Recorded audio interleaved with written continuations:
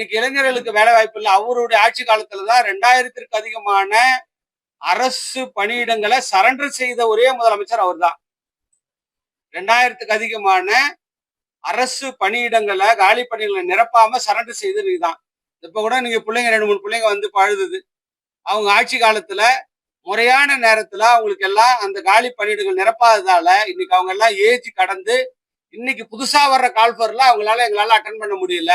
அதனால எங்களுக்கு age relaxation கொடுங்கன்னு சொல்லக்கூடிய அளவுக்கு இன்னைக்கு வந்திருக்குது. அதாவது அந்தந்த காலகட்டத்தோட அவங்க அந்த காலி பணியிடங்களை நிரப்பி இருந்தா இன்னைக்கு இது மாதிரி சூழ்நிலை அந்த பிள்ளைங்களுக்கு ஏற்பட்டு இருக்காது.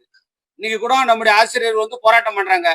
அவங்க இன்னைக்கு கான்ட்ராக்டா அவங்க வச்சதால தான் இன்னைக்கு எல்லாமே அவங்க போராட்டம் பண்ணிட்டு இருக்காங்க. எங்க அரசாங்கம் வந்த பிறகு நாங்க எல்லாமே ரெகுலரா வச்சுக்கிட்டு இருக்கிறோம். இது மாதிரி ஒரு சூழ்நிலை என்னைக்கும் வந்துடக்கூடாதுன்றதால தான் இன்னைக்கு அரசு காலி பணியிடங்கள் அனைத்தும் இன்னைக்கு எடுக்கும் பொழுது அவங்க ரெகுலரா எடுக்கிறோம்.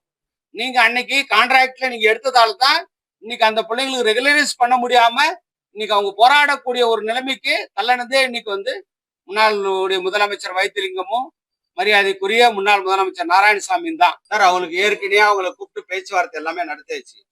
அரசினுடைய நிலைப்பாட்டை அவர்கிட்ட தெளிவா சொல்லியாச்சு. சொன்ன பிறகும் மீண்டும் மீண்டும் இந்த அரசை வந்து நிர்பந்தப்படுத்துறதுக்காக அது மாதிரி எல்லாமே இது பண்ணிட்டு போராட்டம் பண்ணிட்டு இருக்காங்க. அவங்களுடைய அரசினுடைய நிலைப்பாட்டை தெளிவா சொல்லியாச்சு.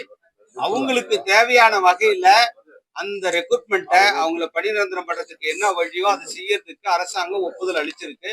அதை செய்யறோம்னு அவங்களுக்கு உத்தரவாதம் சொல்லிட்டோம். ஆனா அப்படி கிடையாது, எங்களுக்கு இப்படிதான் பண்ணணும்னு அவங்க ஒரு வழிமுறையை சொல்லி இந்த வழிமுறையில தான் எங்களை வந்து பண்ணணும், நேரடியா தான் நீங்க வந்து நேரடியா எங்களை வந்து ரெகுலர் பண்ணணும் அப்படின்னு அவங்க சொல்லிட்டு இருக்கிறாங்க.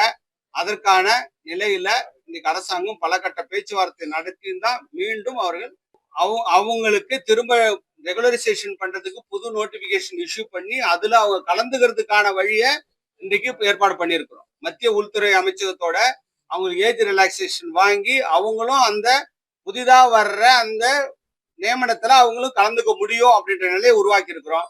அவங்களுக்கு கூடுதலாக மதிப்பெண் கொடுக்கற நிலையை உருவாக்கி இருக்கிறோம். இதெல்லாம் விட்டுட்டு அப்படிலாம் கிடையாது, எங்களுக்கு நேரடியா அப்படியே நீங்க வந்து எங்களுக்கு வந்து ரெகுலர் பண்ணணும் அப்படின்னு கேட்டுட்டு இருக்கிறோம்.